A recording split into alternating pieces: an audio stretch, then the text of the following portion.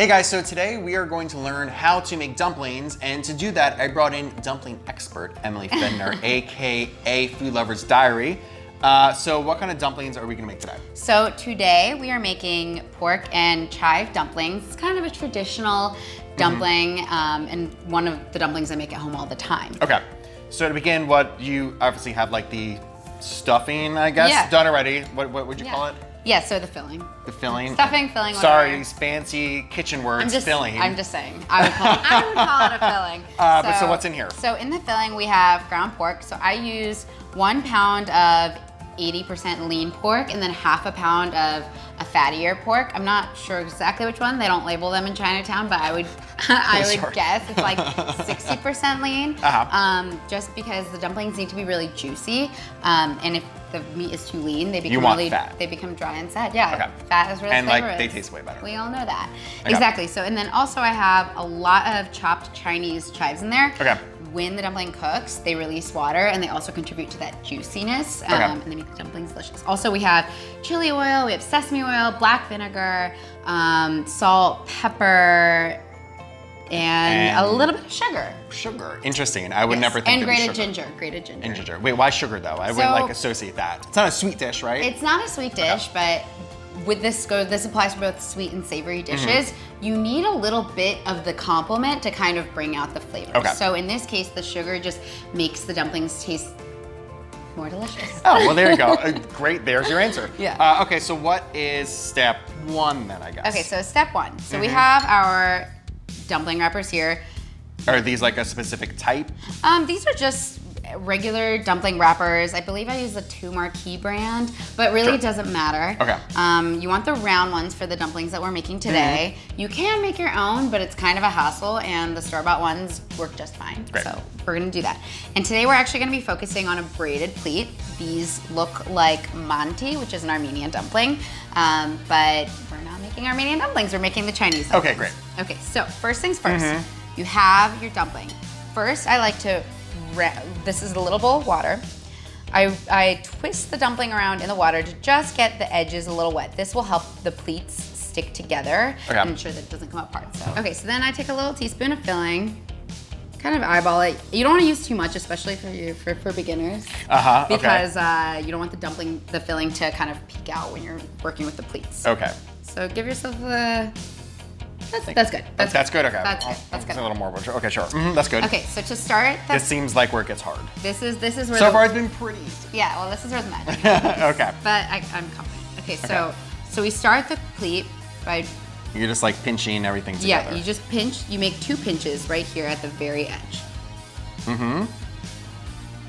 Yes. Okay. Cool. So this is where the braided magic happens. Now you push that towards the center. And you create pleats that directly overlap that pleat.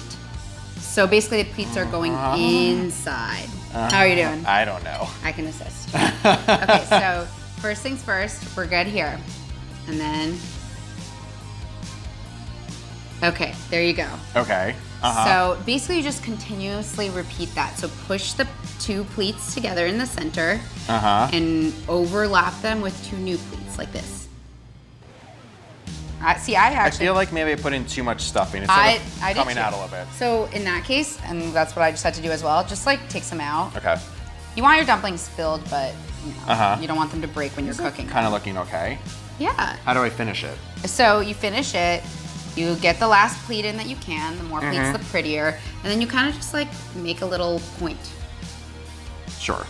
Okay. Make a little point, and so you have a little braided dumpling. Jeremy, that's actually pretty good. Beautiful. Oh, sure. Well, you have for a beginner dumpling, it's actually pretty solid. It's actually pretty solid. Okay, so here we go.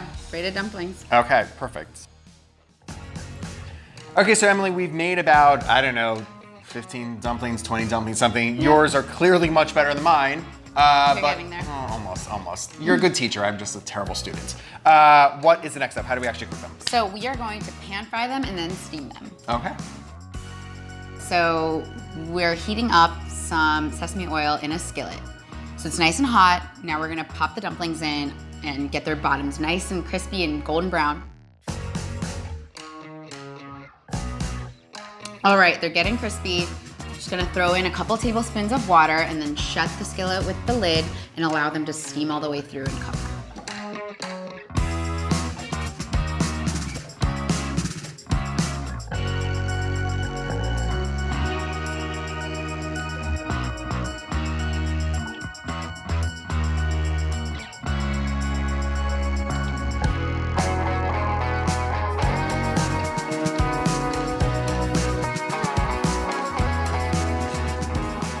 Okay, Emily, so we finished our dumplings. They're looking beautiful. I noticed that we've added a little bit of sauce to it. What's the sauce on here? Yes, so we have a traditional vinegary dipping sauce. Cool, perfect. And a little like chili something going on? Yes, we have this spicy chili crisp that I'm obsessed with. Okay. It's in the sauce and it's also on top of the dumplings as well as some more fresh chives.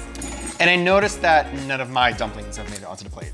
Well, I mean, it's for the camera. They didn't make the cut? I'm sorry. Next time, though. All right, next time. Maybe I'll get better next time. All right, so I guess it's time to eat, right? Let's go. The best part. These really are super beautiful, and I feel like I don't see them all over the place, you know? Oh, no, they're definitely a different plate. Like, you don't see these It is so Chinatown. crunchy and brown on the bottom. Honestly, this is one of my first times making it with sesame oil, and I'm really loving the way it crisped up the bottoms. All right. There we go. Cheers. Oh boy, see, I felt already. Cheers.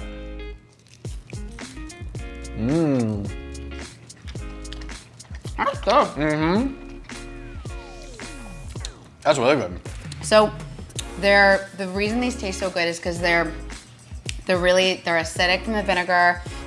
They're nice and juicy and kind of fatty from the pork and the chili oil, and then obviously we've got some heat going on, and the chives are fresh, and obviously the texture, like the crunch. The texture is like makes these things just over the top. The crunch really adds to it. Yeah. I love it.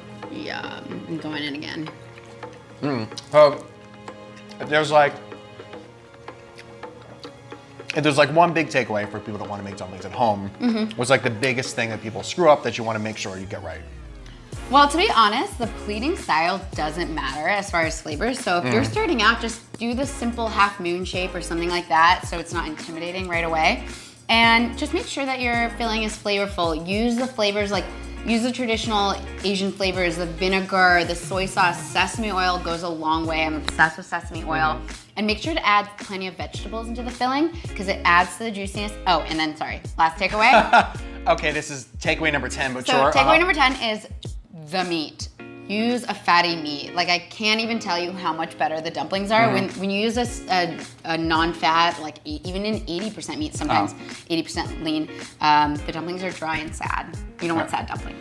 And for my hot take, if you want to make them even easier, you could buy the filling, you could buy them frozen together, or just order in like I do. That's fine too. That kind of Honestly, that's fine. Dumplings are dumplings. That's the biggest takeaway. That is the truth. That is There true. you go. Just eat dumplings.